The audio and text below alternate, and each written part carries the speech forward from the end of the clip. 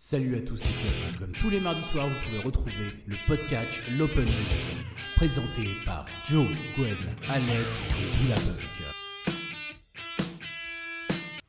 Salut la catchosphère, on est de retour sur Zone Radio après plusieurs semaines, vous nous avez manqué et pour ce retour c'est un peu particulier car je ne suis pas accompagné de toute l'équipe habituelle, malheureusement ils n'ont pas pu être là pour des raisons diverses et variées. Mais toutefois, il est là, notre Belge de compagnie qui devient le 50% de l'équipe de ce soir. Mesdames et messieurs, je vous donne le crash test. Alec. Bonjour tout le monde, ça fait plaisir de revenir. D'ailleurs, on n'a jamais quitté le navire. Hein. On va y rester à mon avis jusqu'à ce que le Titanic touche le fond. Alec. Oui. Fais un truc, mets les doigts dans la prise. T'as l'air endormi comme pas possible. T'es en forme ou pas? Oui. Bah voilà, c'est mieux. Quant à moi, vous commencez à me connaître, je suis Joe X. Bienvenue dans le podcast Open News, le retour.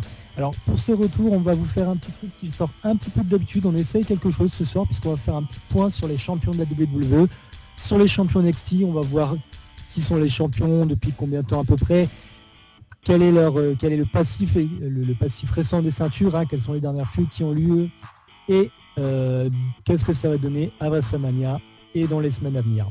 Alec, est-ce que tu es prêt? Moi, je suis toujours prêt. Vas-y. Moi, je t'attends, parce que c'est toi qui as la liste. Oui, c'est vrai.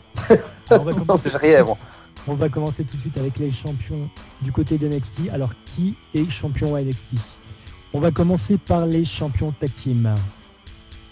Alec, qui sont les champions tag team à NXT? On va voir si tu as révisé tes fiches. Alors, je pense que c'est... Je vais le dire avec un anglais correct en version accent belge. The Order of Pain. C'est bien.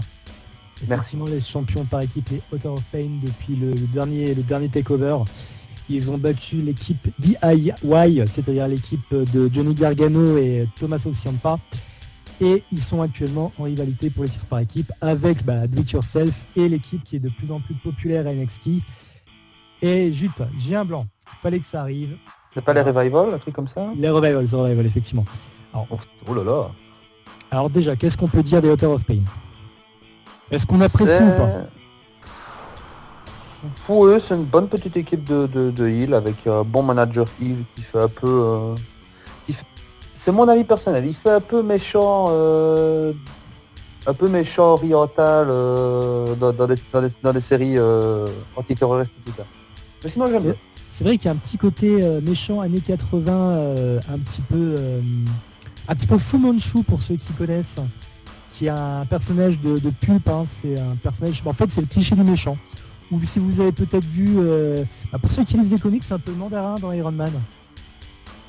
Et si on en parle, on en parle parce qu'effectivement c'est dans l'équipe Order of Pain, j'ai envie de dire, c'est un peu lui qui fait le sel de l'équipe, sachant que c'est une véritable légende qui a managé à l'époque les Road Warriors.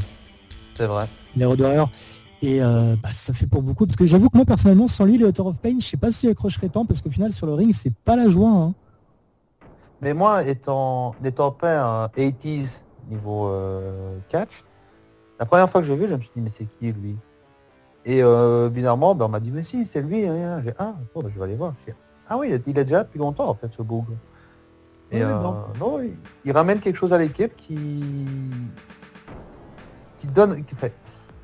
C'est leur job, ils me donnent pas envie de les aimer quoi. Mais c'est leur travail de faire ça, donc pour l'instant ils réussissent très bien leur job, comme on dit. Et ils sont champions, donc ça veut dire qu'ils ont quand même les compétences nécessaires pour évoluer encore plus haut.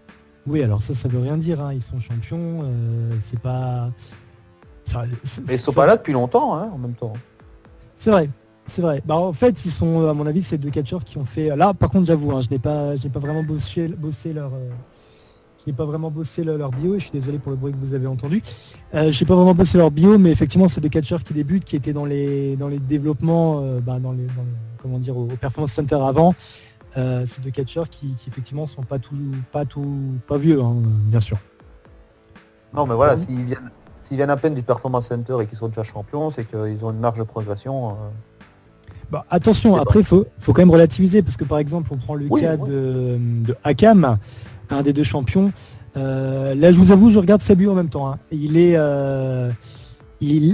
champion de lutte freestyle en 2011, 2012, 2013. Donc il y a quand même un bagage. Il faut pas le faire chier, quoi. Voilà. Et il a signé un contrat avec la WWE en 2014. Ah ben voilà. Et attention, le coup de vieux dans les dents pour certains, il a que 23 ans. Je me sens vieux, merci. Merci. C'est dingue, hein, 23 ans déjà à la WWE. Sachant qu'il vient au cas où il est canadien. Voilà. Ouais. Il est déjà WWE, c'est un message personnel pour certaines personnes ou... Ah non, c'est pour vous dire que... Enfin, c'est pour vous dire, pour te dire et pour dire aux auditeurs qu'effectivement, c'est... Comment dire, c'est un catcheur qui est tout jeune. C'est un jeune, quoi. Ouais, c'est un Voilà. jeune. Et on a aussi donc son partenaire qui est... alors, je vous donne pas les vrais noms honnêtement parce qu'ils sont imprononçables. Voilà, ceci étant dit. Donc, et son partenaire qui est donc notre ami Rezar, qui lui par contre est encore plus jeune. Il a 22 ans. Oui. C'est une équipe qui promet alors, hein, si déjà à leur âge ils sont... Ah oui, bon, après c'est des poids lourds et des catcheurs de cette carrure, je sais pas forcément s'ils vont faire long feu. Hein. Sachant que généralement quand on est des gros poids lourds comme ça, bah, c'est les carrières les plus écourtées pour diverses raisons de santé et autres. Hein. Ah oui, dans ce sens-là, oui, je pensais que tu parlais plus niveau personnage et plus niveau histoire à apporter sur la table. Non, et puis bon, bah, malheureusement aussi, il faut dire pour ceux qui regardent pas NXT, c'est deux gros bourrins. Hein. Ils sont, c'est vraiment des monstres. Maintenant, au niveau technique, c'est pas trop ça. Leur match dure pas trop longtemps. Pour l'instant, ils ont simplement détruit tout le monde. Hein. Bah oui, ça. Et on va voir au prochain pay-per-view de la NXT. Je ne sais pas quand c'est. C'est toi qui as les dates. On verra s'ils arrivent vraiment à dominer le circuit tag team de la NXT. Sachant que dans le prochain pay-per-view, ils seront dans un match apparemment triple menace par équipe contre donc effectivement les Revivers et Eddie White. Et notre ami Rezar, il vient de... Alors attention Alec, on va voir si tu connais ton anglais. Dutch. De Dutch. De Dutch. Dutch, c'est Dutch. Dutch, c'est du hollandais. Exactement. Il est hollandais, il est européen. Comme quoi, vous voyez, c'est possible de réussir à la WWE quand on est européen. Alors, pour conclure... Deuxième message personnel. Pour conclure sur ces champions, Alec. Bon champion ou pas champion? Tu valides ou tu valides pas? Je valide. Tu valides? Bah moi, je suis dubitatif. Ah bon. Donc, n'hésitez pas à vous dire ce que vous pensez dans les commentaires. Hein. On est là... Enfin, les commentaires sont là pour ça. Ensuite, on passe à... Ah, c'est un petit peu notre chouchou. Je pense qu'Alec et moi, on sera d'accord sur ce point-là. La championne féminine de NXT. La Goldberg au féminin. En plus talentueuse, je dirais. Au moins, elle sait faire un match plus de 2 minutes. Oh, t'es méchant. On en reparlera tout à l'heure de Goldberg. Avec plaisir. Non, mais voilà, Asuka, elle est quand même à 140 ou 150 victoires consécutives, toutes fédérations confondues. Franchement, quand elle est arrivée, on s'est dit ouf, quand même les Japonais, c'est quand même assez stiff et c'est quand même adapté au catch WWE d'une vitesse. Mais... Alors on l'a même pas nommé. On l'a même pas nommé. Même pas le temps de dire Asuka. Elle s'est bien adaptée. Asuka. On dit Azuka, mais c'est Asuka. Ça se prononce Asuka, oui, le U est silencieux. Alors Asuka qui a 35 ans, qui elle par contre elle est plus toute jeune. Mais elle a quand même une grande carrière derrière elle. Hein. Ah oui, bah elle a commencé sa carrière en 2004 quand même. Oui, bah, ça fait 10 ans, donc elle a commencé à 25 ans. Pardon, je dis une bêtise. Alors, effectivement, je vais pas vous mentir, j'ai les billets en même temps devant moi. Non, même pas. À la base, elle est même pas catcheuse. Apparemment, dans sa première partie de carrière, elle était designeuse graphique. Ah ouais. Donc tous ceux qui sont derrière un écran d'ordi, vous pouvez devenir catcheur. Regardez Asuka. Voilà. Bon, par contre, effectivement, elle a commencé sa carrière assez jeune. Elle a commencé en 2004, elle avait donc 23 ans. Voilà, c'est quand même pas mal. C'est quand même un bout de chemin. On l'a vu en France, il y a une paire d'années, effectivement. Elle a catché en France à Japan Expo sous le nom de... J'ai un gros blanc maintenant. Je suis tellement habitué à l'appeler Asuka. On a tous l'habitude. Oui, c'est ça qui est bizarre. Hein. C'est zut. Là, c'est la chrono qui finit en A. Kana. On va l'appeler Kevina. Non, c'est Kana. Ah ouais. Kana. Donc effectivement, Asuka qui est championne depuis un petit bout de temps, qui avait battu Bayley pour le titre.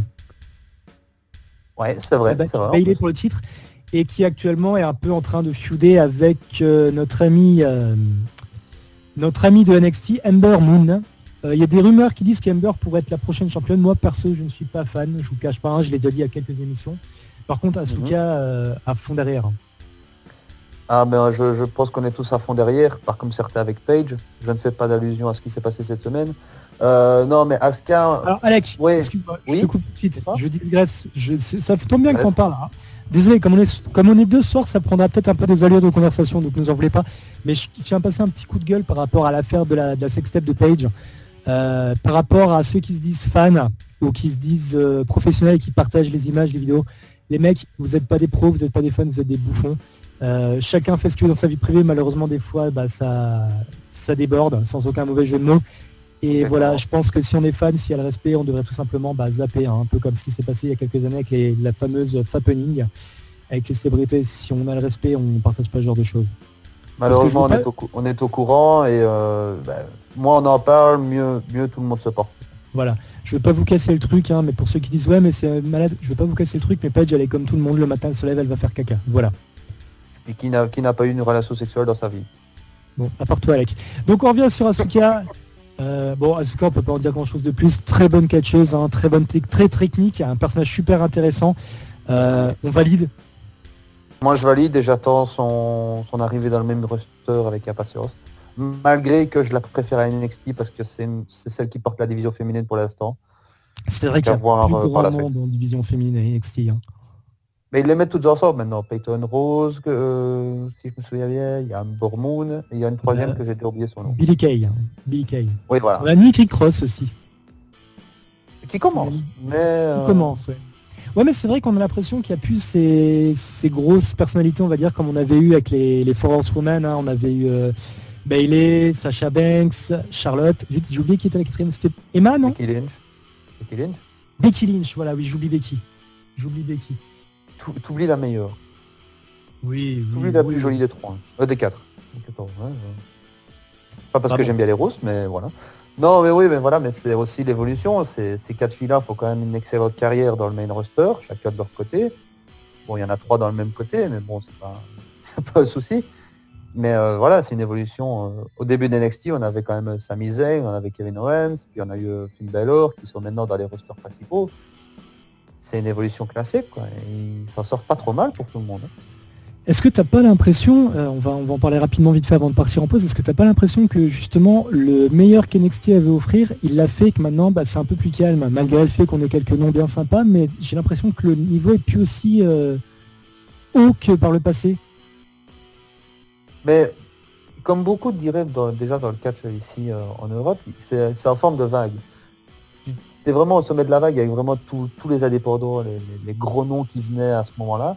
Et à un moment, tu n'as plus rien. Mais à ce moment-là, c'est de nouveaux indépendants qui vont se démarquer dans la scène indépendante. Plus rien, il faut relativiser. Hein. On a quand même du Roderick Strong, on a quand même du Chris Hero, c'est pas rien. C'est juste. Oui, non, c'est vraiment pas rien. Mais ça amène la nouvelle génération d'indépendants. Je pense à Kenny Omega, je pense à Ricochet. Bon, je dis nouvelle indépendants, mais ils sont quand même là depuis des dizaines d'années, quoi. Des personnes, des catcheurs qui sont pas forcément connus par le public WWE, tu veux dire. Oui, voilà, et sûrement dans 2-3 ans, Ricochet va signer à la WWE, puis Kenny Omega, comme je disais. On a Tommy End, qui est quand même un des meilleurs représentants européens, qui a signé et qui va bientôt démarrer les live TV. Puisqu'il a fait quelques lives au show, puis on verra bien. On oublie un de nos chouchous, parce qu'on a vu catcher pas mal de fois, on a pu le côtoyer, Tommy End, à qui on souhaite bien sûr tout neveu de réussite à l'UE. Écoute, avant d'attaquer le reste de NXT, c'est-à-dire le champion quand même, le champion du monde NXT, on va marquer une première pause musicale. La première pause musicale qui sera un morceau de Pharrell Williams, Freedom. On vous dit à dans quelques minutes sur Zone Radio. Et c'était Freedom de Pharrell Williams. On est de retour sur Zone Radio pour le podcast Open News. Alors, tout à l'heure, on a parlé des champions NXT. Il nous en reste un, mais avant de passer aux champions d'NXT, on va parler un petit peu quand même du nouveau titre, le titre le plus récent de la WWE, le WWE United Kingdom Championship. Alors, là, on va jouer la transparence. Pour tout vous dire, malheureusement, c'est un sujet que je maîtrise beaucoup moins. Donc peut-être qu'Alec le maîtrisera plus, mais on va passer rapidement, malheureusement. Je crois que la WWE le maîtrise pas non plus, vu ce qu'ils en ont fait après. Pour l'instant, NXT a quand même une bonne exposition. Enfin bon, on va remettre les choses dans l'ordre. Le premier champion UK est Tyler Bate, qui a gagné un tournoi. Voilà. Pour l'instant, il y a eu une ou deux défenses, si je ne dis pas de bêtises, à NXT, mais il n'y a pas vraiment de rivalité installée ni quoi que ce soit. Voilà. Non, voilà. Tout simplement. C'est juste, on dirait, un trophée que tu gagnes et puis tu vas faire 2-3 matchs et puis merci, au revoir. Quoi. Alors la question que je me pose, est-ce que c'est pas parce que justement les catcheurs européens qui pourraient être susceptibles de lutter pour ce titre sont peut-être tout simplement pas forcément sous contrat WWE, du coup c'est un peu plus compliqué d'avoir des rivalités, sachant qu'on n'a pas de catcheurs sous la main. Alors d'ailleurs je viens de remarquer un truc, alors il faudra qu'on m'explique du coup, c'est essentiel que le titre UK. Alors effectivement dans le tournoi on avait des Anglais, logique, on avait des Irlandais, et on a des Allemands. Tu cherches encore une logique là-dedans, toi? Bah, attention, hein, c'est juste pour noter. Hein. Maintenant, c'est quand même des très bons catcheurs qu'on a eu. Ça a été un tournoi de très haut niveau. Mais voilà, pour l'instant, c'est juste que pour l'instant, il n'y a pas vraiment de suite à ça, quoi. Non, il y a une hype pendant l'annonce de la nouvelle signature, du nouveau titre. Un peu comme le Cruiserweight. Et regarde où est-ce qu'on en est. Hein. Que ce soit Cruiserweight ou que ce soit avec une United Kingdom.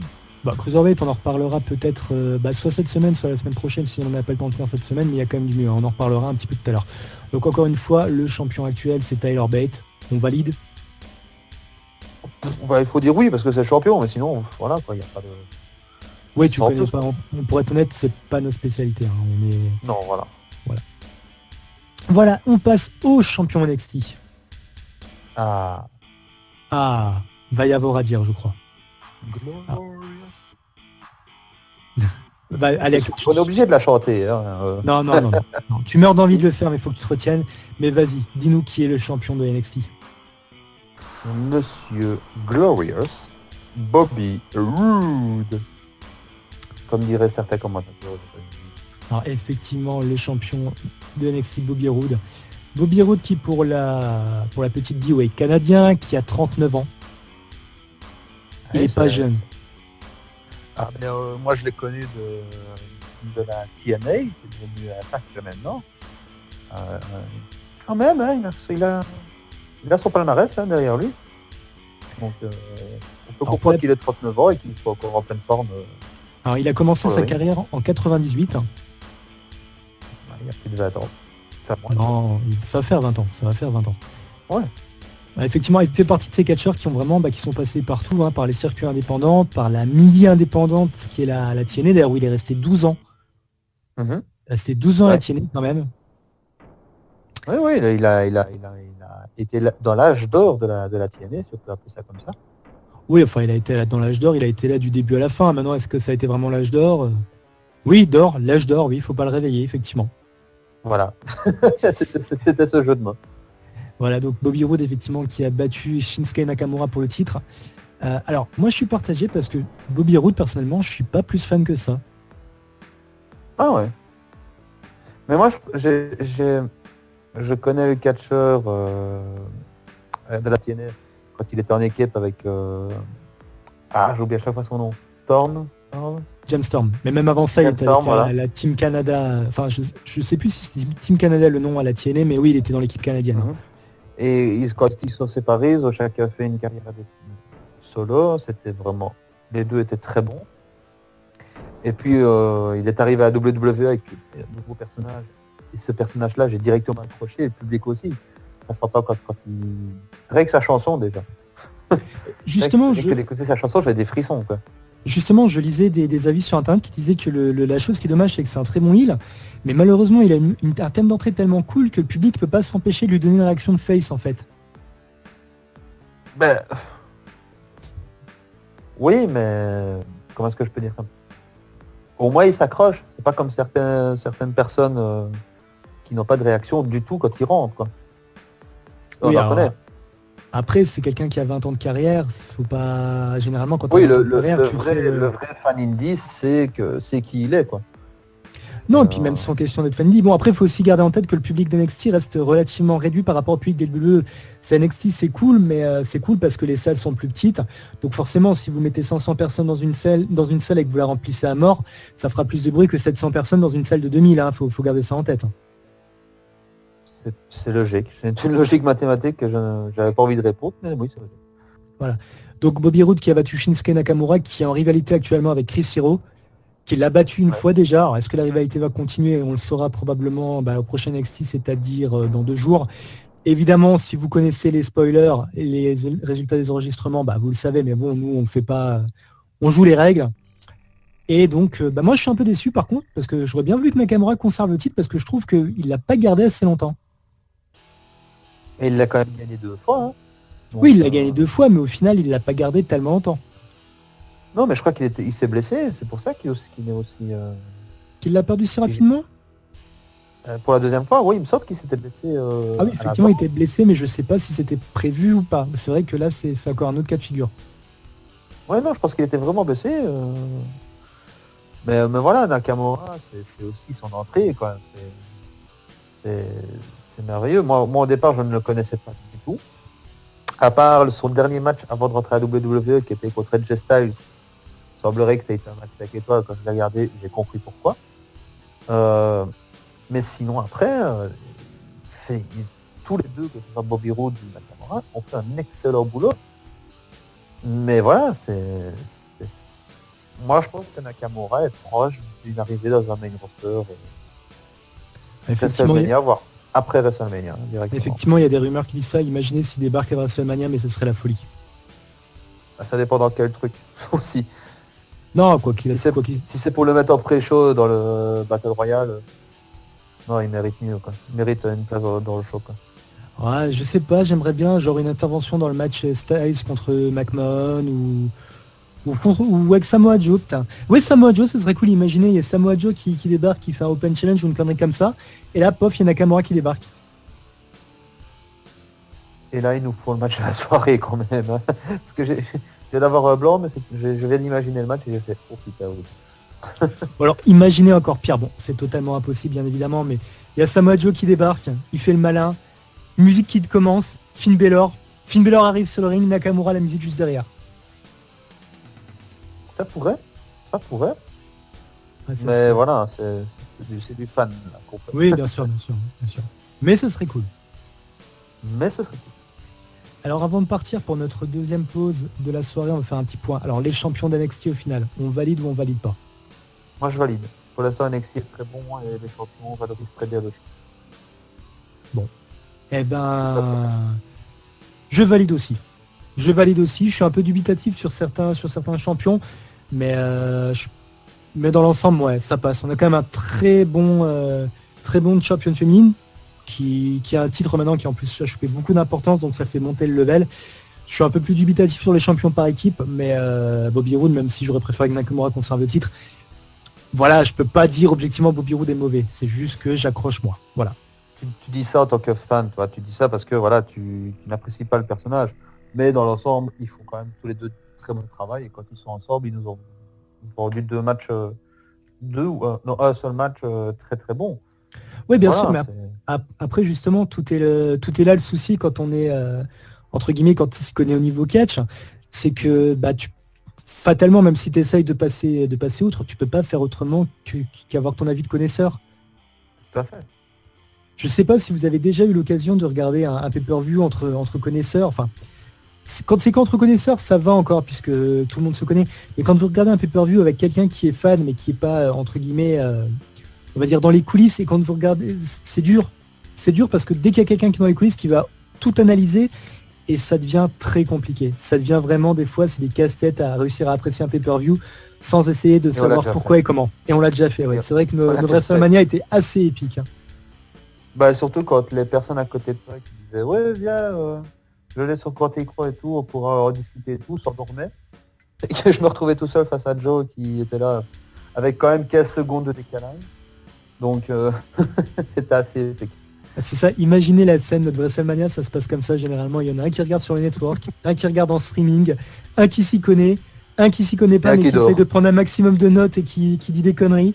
Franchement, WrestleMania c'est épique. Vous devriez, bon, ne le faites pas parce que vous vous suicideriez après, mais vous devriez être là avec nous cette année quand on va regarder WrestleMania, ça risque d'être comique. Moi j'ai toujours dit on devrait le filmer et montrer nos réactions. Voilà. Bon allez, on va arrêter de digresser, sachant qu'on est en plein régime. On va marquer une deuxième page de pub. Ah bah justement, alors ça aurait pas pu être mieux. Et on se retrouve après The Notorious Big qui chante Juicy. Notorious Big qui nous a quittés il y a pas longtemps, il y a 20 ans qui nous a quittés. Voilà, dans quelques minutes. Et c'était Juicy de The Notorious Big. Vous êtes bien sur Zone Radio. Alors tout à l'heure, j'ai dit effectivement, il est mort il n'y a pas longtemps, ça fait 20 ans. Je voulais effectivement dire qu'il n'y a pas longtemps, on a fêté l'anniversaire de sa mort. Voilà. C'est pas... Zut hein. De retour sur le point champion. Dans la première partie, on a attaqué les champions de NXT et là, on va commencer à attaquer les champions de WWE. Alors, effectivement, il y a de fortes chances qu'on ne finisse pas ce soir et si c'est le cas, on finira bien évidemment la semaine prochaine. Alors, on commence avec honneur aux femmes pour commencer. On va commencer avec la championne féminine de Raw qui est Alec. Bayley. Ok, alors Alec, je le fais bien. C'est officiel, plus jamais je te demanderai d'annoncer les champions parce que là, c'est entre ça et Rude, tu as mis le bon goût en PLS. Bon goût si tu nous écoutes. Ah, il va bien, là il est en PLS dans le coin de ma chambre.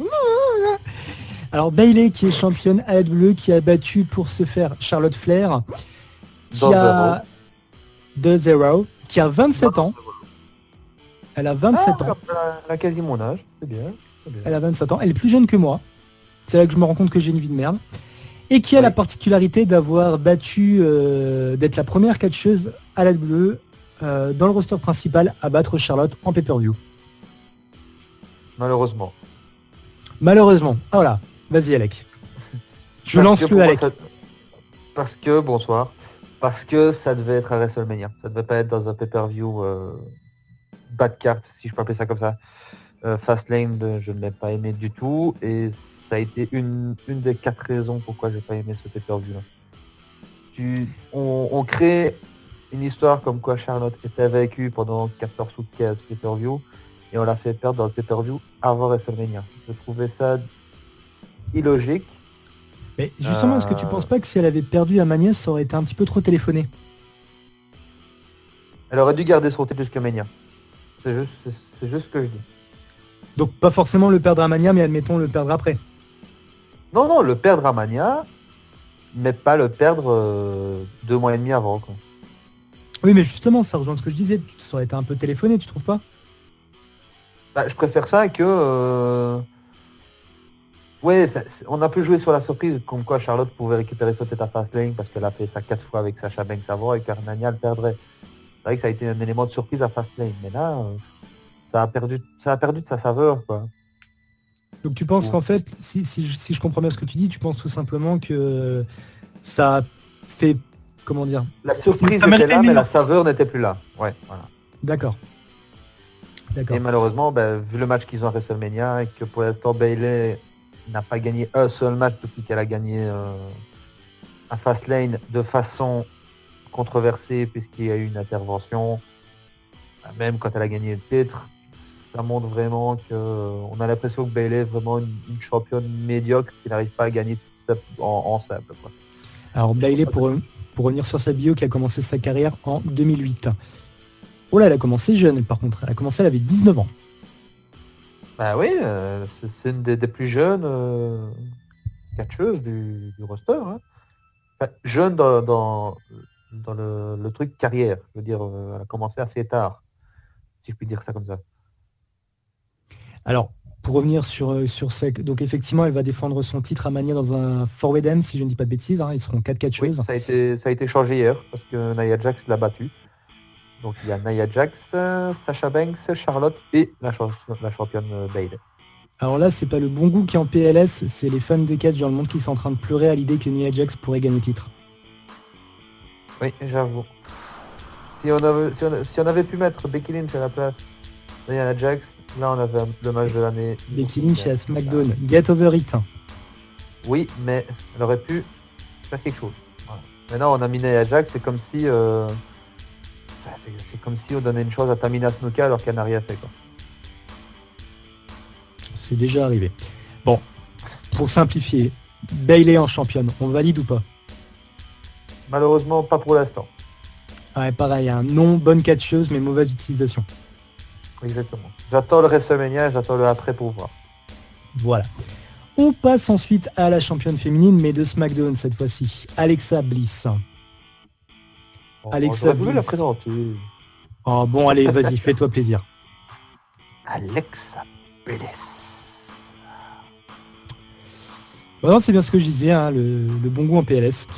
Alors, Alexa Bliss, qui a 25 ans, qui nous vient de l'Ohio, Columbus en Ohio, qui a commencé sa carrière en 2013. Excuse-moi, Joe. On dit Ohio. Ohio, ça n'existe pas. C'est Ohio.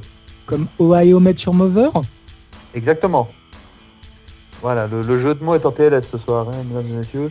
Alors, Alexa Bliss, qui a commencé à la WWE directement, qui a signé avec la WWE en 2013. Ah non, c'est la plus jeune alors qui a commencé. Bah quand même, en 3 ans et demi ou 4 ans, là, elle a quand même fait du très bon travail, je trouve. Alors, je suis assez surpris. Bon, après, c'est le bodybuilding, c'est vaste, mais justement, en fait, avant d'être à la WWE, elle a fait du softball, du kickboxing et apparemment du bodybuilding. Oui, elle a même été championne, je pense. Alors, elle est arrivée 14e, elle a été arrivée 14e au IFBB Arnold Classic. Je suppose que c'est par rapport à Arnold Schwarzenegger, mais par contre, je vous avoue que je n'y connais pas des masses. Alors d'ailleurs, si justement dans les éditeurs, il y a quelqu'un qui se connaît un peu plus en bodybuilding, qui peut un peu nous expliquer, parce que là, j'avoue que Alexa Bliss et bodybuilding, c'est comme Alec et relations sexuelles. J'ai du mal à voir les choses. Bah, ça fait longtemps. Tout simplement. Non, mais voilà, Alexa Bliss, qui a quand même...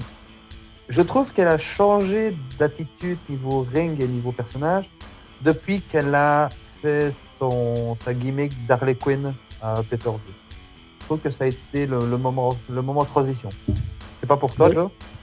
Oui, bah en fait, c'est assez intéressant, Alexa Bliss. Je trouve que c'est vraiment quelque chose qui apprend qui se révèle de plus en plus. Alors, il y a juste un seul bémol, c'est que pour moi, elle est... c'est la définition même de mignonne, en fait. J'ai vraiment du mal à la voir en heel. Mais moi, bizarrement, je la vois en heel. C'est vraiment son regard et son attitude face aux réponses en face ou à la situation qui se passe en face d'elle. Des fois, elle est en arrière-plan, tu la regardes, tu te dis, elle a tout compris, quoi. Elle se dit, j'en ai rien à foutre de ce qui se passe là, c'est moi d'abord, tu vois, c'est moi la championne. Ah oui, non, mais elle est très bonne. En fait, elle fait partie même des catcheuses qui, sur le ring, s'améliorent et qui sont peut-être pas forcément encore au plus haut niveau, mais qui réussissent à avoir le truc qui permet de passer outre. Mais non, je sais pas, je la vois pas tellement heel. Non, moi je la vois plus twinner si tu joues alors dans ce sens-là. Bon, sachant pour revenir un peu, hein, pour le titre, elle a battu Becky Lynch suite à une blessure de l'ancienne championne Naomi. Oui, voilà. Qui Naomi avait battu justement Alexa Bliss pour le titre. Voilà. Et directement le mardi d'après dû remettre son titre vu qu'elle s'était blessée. Et grand Dieu fasse pour nous, elle ne sera pas à WrestleMania. Bon, évidemment, on lui souhaite tout nouveau de rétablissement. Par contre, vous l'avez compris en les écoutant, on n'est pas très fan de Naomi en tant que catcheuse. Exactement. Alors d'ailleurs, Alexa Bliss qui défendra son titre à Mania contre tout le roster féminin de SmackDown. Ça pourrait être l'occasion rêvée d'ajouter une nouvelle fille dans le roster de SmackDown et qui serait à WrestleMania. C'est une possibilité. C'est une possibilité. Voilà. Donc pour toi, Joe, bonne ou mauvaise utilisation? Bonne utilisation. Allez, je valide. Personnellement, je valide. Je valide aussi. C'est comparé à Bayley, Alexa Bliss à sa position de championne. Et pour le moment, le roster de SmackDown est très bon par rapport à celui de Raw. C'est vrai que beaucoup de personnes s'accordent à dire que depuis le draft, SmackDown est au-dessus. Hein. Mais bon, à mon avis, c'est aussi parce que SmackDown dure moins longtemps et que 3 heures d'Euro, faut se les taper. Hein. Mais même les histoires et les matchs sont meilleurs là-bas, quoi. Mais ça, c'est un autre débat. C'est une autre histoire, effectivement. Donc, on valide les champions par équipe de SmackDown. Pardon. Il y a des champions par équipe à SmackDown? Oh, t'es dur. Bah non, excuse-moi. On n'a plus de signe de vie 2 depuis 1 mois et demi. Je veux pas être méchant, mais... Il n'y a pas eu de défense de titre, il n'y a pas eu de match, ils font des pré-shows. Non, ils ont gagné une ceinture, mais à part tenir leur pantalon, je sais pas ce qu'ils font d'autre, quoi. Sachant qu'ils portent des colons, c'est concept. Alors les champions par équipe de SmackDown, les American Alpha, Chad Gable et Jason Jordan. Chad Gable qui a 31 ans, qui a commencé sa carrière directement à la WWE en 2013. Qui a des bases de lutte amateur et pas de lutte amateur. Et son comparse Jason Jordan, 28 ans, pardon, qui lui aussi a commencé directement à la WWE, mais lui, ça remonte à 2011 quand même. Bon, ça va. C'est pas non plus un gros écart. Un gros écart. Parce qu'une grosse écart, c'est pas pareil. Non, ouais. Malheureusement, voilà, ils ont battu, je pense, c'était Bray Wyatt et Randy Orton. Exactement, oui. Qui avait quand même été champion par équipe. Très bon champion par équipe. Et puis après, dans un truc normal, ils ont battu 2 champions du monde, puisque Bray Wyatt est devenu champion du monde par la suite. Mais voilà, j'ai pas senti le... Voilà, c'est vraiment redevenu un titre secondaire, voire tertiaire.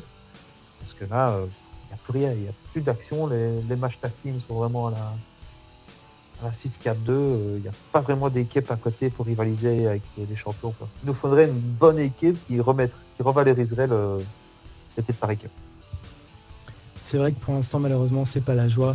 Alors, on valide ou on valide pas? Je valide pas. Malheureusement, je valide pas. Pareil, un non, mais... Eh ben, avant de passer à la suite, on va se marquer une 3e pub avec Without Me d'Eminem et on vous dit à dans quelques minutes pour la dernière partie du podcast. C'était Without Me d'Eminem sur Zone Radio, c'était Without Eminem, mais elle est arrivée ce soir, donc ce sera With Bella. Bienvenue à toi, Bella. Merci, bonsoir à tous. Toutes mes excuses pour ce petit retard, mais je suis là et bien là. C'est bien, t'arrives à 10 minutes de la fin. Ah bon? Ah, ça commence pas maintenant? Ah zut! Non, c'est l'heure qu'on t'a dit pour être tranquille en fait. On va recommencer l'émission juste pour toi. Hein. Oui, non, alors on va recommencer depuis le début. Hein. On a plus beaucoup de temps, on va reprendre. On a attaqué tout à l'heure les champions de SmackDown et maintenant on va s'attaquer à leur penchant en rouge. Les champions de Raw qui sont... Alec, tu meurs d'envie de le faire ce soir, donc vas-y, je t'autorise de le faire encore une fois. Ouais, le club. Ouais, voilà. Alec, le Gallows, c'est Carl Anderson. Je camouflais le bruit d'assiette que vous venez d'entendre. Le Gallows et Carl Anderson. Alors, pour la petite bio maintenant, vous commencez à le comprendre. Luke Gallows, il a 33 ans, il a commencé sa carrière en 2006. Ouais. Et il a commencé à la WWE. Ouais. Il a commencé dire nom de son personnage, parce qu'il a joué quand même le faux Kane. Faux Kane. Avant même d'être Festus, il a joué le faux Kane. Après, il a pas mal... de se lancer dans... Oui, voilà. Voilà. Alors, il a pas mal bourlingué. Et par contre, je viens de tomber sur une photo de lui à l'époque où il était Festus. Et c'est hallucinant la différence de poids. Mais même de visage. Ouais, après quand il jouait Festus, il avait un rôle entre guillemets de handicapé. Oui, voilà, donc c'est... Et dès que la cloche sonnait, il devenait fou et il gagnait comme ça, quoi. Voilà, mais il était très bon sur la ligne. Déjà à l'époque, j'accrochais à mort.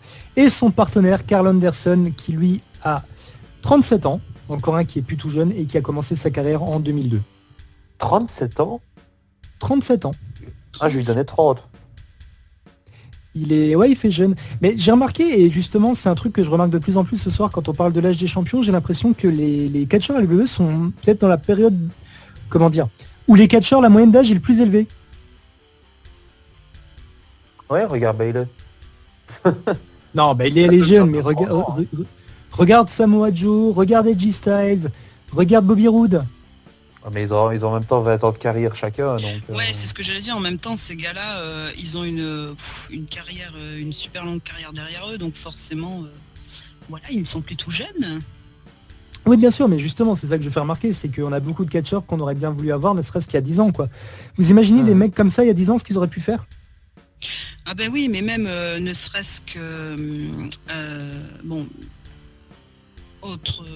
notre gars, quoi, Daniel Bryan, quoi, qui moi j'ai pu le rencontrer, quoi, plusieurs fois, même de façon personnelle, quand il est venu bosser en France, où c'est vrai qu'à l'époque, je me rappelle, il était en fait, il zappait entre le Japon, les États-Unis, et puis la question c'était, moi je lui ai demandé, quoi, pourquoi tu es pas encore à la WWE, et puis il me disait clairement que pour le moment, voilà, il ne voulait pas de lui à ce moment-là, quoi. Ce qui était, mais bon, il avait déjà une carrière incroyable, quoi. C'était déjà un catcheur un catcheur incroyable. Et c'est vrai que des fois, je me demande pourquoi la WWE attend aussi longtemps avant de signer des gens comme ça, quoi. Après, c'est souvent eux qui refusent. C'est souvent eux qui refusent le contrat. Il faut relativiser. À l'époque, il n'y avait pas encore NXT. Les portes n'étaient pas si ouvertes. Oui. Mais je pense que la petite morale à retirer, c'est que n'attendez pas que les catcheurs soient les WWE pour les découvrir, peut-être. Essayez déjà de supporter autant que possible, ne serait-ce qu'en Europe. Maintenant, on a vraiment des catcheurs en Europe qui sont excellentissimes. Essayez de vous intéresser à ça. Attendez pas forcément qu'ils signent à la WWE. Faites comme Boula, soufflez de votre chocolat chaud et attendez. Non mais voilà, Joe, pour revenir en fait Joe, j'ai une réponse à ta question. Pourquoi ils sont pas venus 10 ans plus tôt? Ah oui, vas-y. Tout simplement parce que les meilleurs matchs des shows indépendants où ils étaient il y a 10 ans, c'était quand ils étaient à la Ring of Honor, tout simplement. Vous reprenez Kevin Steen, donc Kevin Owens contre El Generico qui était Sami Zayn, c'était du grandiose à la Ring of Honor. Même du Samoa Joe contre CM Punk ou du Samoa Joe contre du Kevin Owens aussi qu'il y a eu. Donc c'est très bon. Bien sûr. Mais ce que je veux dire, c'est que quand on regarde, c'est un peu dommage. Enfin, c'est les mecs, ils méritent clairement leur spotlight, d'être dans les feux de la gloire, ça se dit, les feux de la rampe. Oui. Enfin bref. Non, les feux de l'amour. Les feux de l'amour. Les feux de l'amour, d'accord. Non, mais ce que je veux dire, c'est que c'est dommage qu'ils aient dû attendre des fois près des 40 ans, sachant que maintenant leur carrière, elle va durer quoi, 10 ans peut-être. Ça aurait été génial qu'on puisse en profiter d'eux, entre guillemets. Leur carrière télé, leur carrière télé, mais maintenant ils auront à mon avis une autre carrière derrière. Voilà. Je les vois bien prof aux performances ou quoi aux caisses. Bon, sinon pour revenir sur les champions, alors effectivement en ce moment ils sont en feud avec l'équipe, un peu l'équipe chouchou des derniers mois, peut-être de la dernière année on va dire, qui est composée de Big Cass et de Enzo, et avec une de nos équipes préférées, je sais surtout de ton équipe peut-être préférée, Boula, Sheamus et Cesaro. C'est pas la seule. Ah oui, tout à fait, mon équipe préférée, franchement. Moi je les adore parce que je trouve qu'ils ont une très bonne alchimie ensemble, je trouve qu'ils vont très bien ensemble. Et par contre moi personnellement, Big Cass, j'ai du mal. Pourquoi? Je ne peux pas vous l'expliquer, je sais pas, j'accroche pas du tout à cette équipe. Eh bien figure-toi que je commence à avoir la même sensation que Boula. Moi ça a été dès le début quoi. Dès que je les ai vus, non, c'est pas passé. La hype est peut-être en train de passer. Justement, je trouve que c'est un peu le même souci du club, c'est que ça aurait été cool qu'ils aient le titre tout de suite, mais en fait entre temps ils ont eu le temps de devenir simplement une équipe parmi tant d'autres. Ouais, et puis enfin moi je trouve qu'ils ont hormis leur physique qui vont être différents, qui sortent plus ou moins de l'ordinaire, mais bon moi je les trouve pas charismatiques quoi. Donc là attends, tu parles de Enzo et Cass ou du club? Non, Enzo et Cass, pardon. D'accord, ok. Alors moi je trouve qu'il faudrait une autre équipe bien... Un peu comme les Authors of Pain, mais avant, toi. Vraiment destructeurs et qui redynamise un peu ce... C'est ce qui aurait dû être en fait Luke Gallows et Karl Anderson en fait. Exactement. Au lieu d'être des docteurs qui jouent avec les testicules de New Day quoi. Écoutez, on va malheureusement le repasser très vite, je dois l'avouer, mais on va devoir arrêter maintenant parce que sinon on va devoir... Déjà, je suis resté que 5 minutes, on peut pas prolonger d'1 heure? Mais non. Mais tu seras là la semaine prochaine. Mais je serai là la semaine prochaine sans faute et à l'heure. À 22h10 qu'elle sera là. Voilà. Alors, avant de conclure l'émission, est-ce que les champions par équipe de Raw, on valide ou pas? Ça dépend de leur rivalité en fait. Donc c'est un oui mais. À voir dans le futur. Oui mais ça dépend de l'équipe en face. En fait, je suis totalement d'accord avec vous. Moi, c'est vraiment, il va falloir voir l'utilisation sur le long terme, et surtout si ils vont passer Mania, quoi. Ah oui, Mania. Voilà. Écoutez, les amis, c'est la fin de l'émission. On vous dit à la semaine prochaine. N'hésitez pas à nous suivre sur les réseaux sociaux. Le replay de l'émission sera disponible sur la chaîne YouTube comme toutes les semaines. On vous dit à très bientôt, ça nous a fait plaisir de vous retrouver, même si malheureusement le chat n'était pas en état ce soir. Il sera probablement la semaine prochaine. Quoi qu'il en soit, merci de nous avoir écoutés. Et je vais laisser mes camarades vous dire au revoir. Boula, vas-y. Non, vas-y, Alec, on garde le meilleur pour la fin. Ah, mais c'est pour ça. Non, voilà, merci. Merci à tous. Déjà, excusez-nous d'avoir eu ce problème technique. Alec, rappelle-toi, il faut faire rapide. Il faut pas faire genre c'est la dernière fois qu'on se parle. On les reverra les gens. Je fais rapide. Donc voilà, on vous embrasse. On se retrouve mardi prochain pour la suite des champions et peut-être d'autres sujets. On verra bien si tout le monde sera là, si toute l'équipe sera là. D'ici là, gros bisous et portez-vous bien.